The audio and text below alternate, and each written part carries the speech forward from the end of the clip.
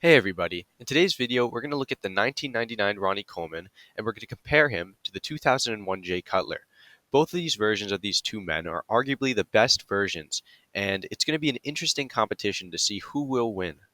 Alright, so heading into the first pose of the day, I'm immediately struck by how big Ronnie Coleman's arms look. Look at the biceps and the triceps and the forearms, they are massive.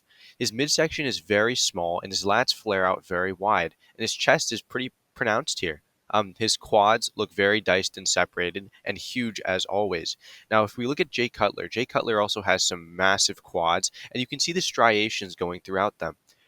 His midsection definitely looks better than Ronnie Coleman's, and the lats flare out very nicely. And the imbalance in Jay Cutler's arms that he would have in later years is not really present here, and he looks very aesthetic and flows very well. I honestly may have to give this first shot to Jay Cutler, but I think Ronnie's guns just do too much, and I think Ronnie Coleman will take this first pose. Going into the front lat spread, I'm immediately drawn in by Ronnie Coleman once again. Look at the striations throughout his chest and shoulders. Look at how he fills out this pose. It's very similar to 1998, a video I just made recently.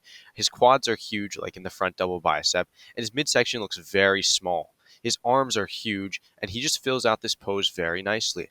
Jay Cutler doesn't fill out the pose as well, but can arguably be said to look more aesthetic in this shot. His quads are ripped and striated, and his calves are huge. Ronnie Coleman does have some decent calves here, but no match for Jay Cutler. However, this pose is really all about the lats, right? I mean, it is called a front lat spread for a reason. And I think Ronnie Coleman, with the lats, presents a better package than Jay Cutler does. Ronnie Coleman is more ripped and conditioned and has more muscle than Jay Cutler, so therefore I'm going to give this shot to Ronnie Coleman.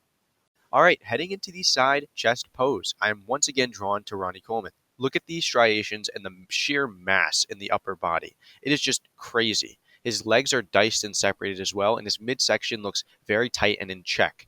Jay Cutler, on the other hand, looks a bit soft and watery in this pose. His far pec isn't as striated as Ronnie Coleman's, and his front pec isn't striated really at all.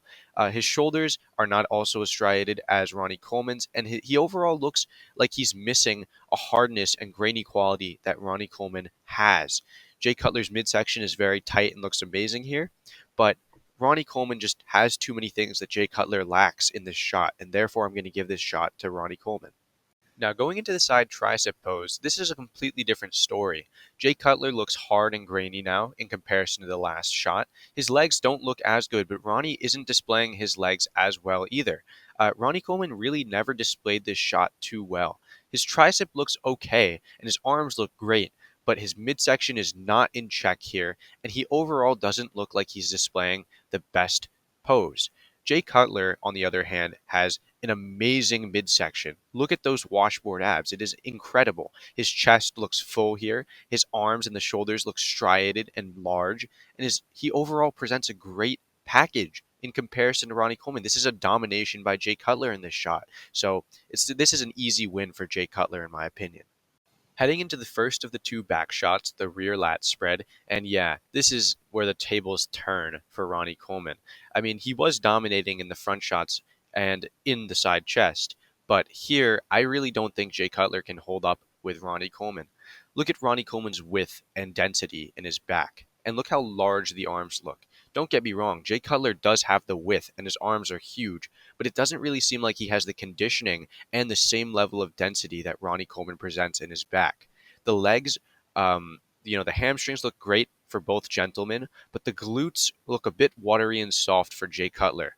And Ronnie Coleman, there's no need to say. I mean, his glutes look amazing, like always ripped and striated and huge.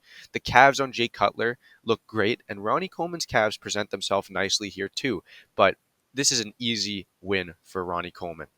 All right, and now it's time for the second and last back shot, the rear double bicep. And once again, Ronnie Coleman's density, thickness, hardness, and graininess in the back is just too much for Jay Cutler to handle. Now, Jay Cutler's back looks very grainy and dense here, actually. It kind of looks like he has striations in the traps, and look at the striations in the shoulders and the triceps. He looks great here, but once again, his glutes are not really that striated, and his hamstrings do not look as good as they did in the rear lat spread. His calves look great, but his lower back seems to have wrinkles, and that is a sign of water retention. compared to Ronnie Coleman. Ronnie Coleman does not have those wrinkles in the lower back, and his lower back looks just as dense as the upper back. Ronnie Coleman's hamstrings look even better here than in the last shot, and his glutes, I mean, they look good. They look good like always, and his calves look great. Ronnie Coleman's arms are huge. Jay Cutler's arms are huge, but like in the rear lat spread, this is a domination by Ronnie Coleman. So going into the abs and thigh shot, this was never a shot Ronnie Coleman was known for. Jay Cutler looks amazing here. His midsection looks very small and tight, and his core looks amazing. His quads are ripped and striated, and he creates a very good V-taper for himself. Ronnie Coleman's abs do not look too terrible, but the split in the middle is very unaesthetic, and his four-pack doesn't really help either. He's also twisting a bit, which takes away from the V-taper. His quads are huge, but Jay Cutler just looks better overall and presents a better package, so therefore this is going to be a win for Jay Cutler. Going into the final shot of the day, the most muscular, it is almost clearly evident that Ronnie Coleman has a muscle advantage in the arms. Look at the arms and look how big they are in comparison to Jay Cutler. They're separated. The shoulders have striations through them. Jay Cutler has the striations as well, and his chest looks very good, very comparable to Ronnie Coleman's. But Ronnie Coleman just is more dense in the upper body. Now, Jay Cutler's legs look better than Ronnie Coleman's in this pose. They are diced and separated and have striations running through them.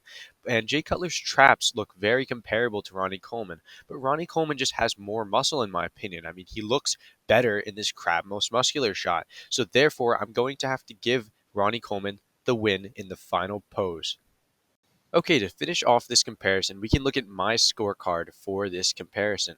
I have Ronnie Coleman winning the front double bicep, the front lat spread, the side chest, the rear double bicep, the rear lat spread, and the most muscular.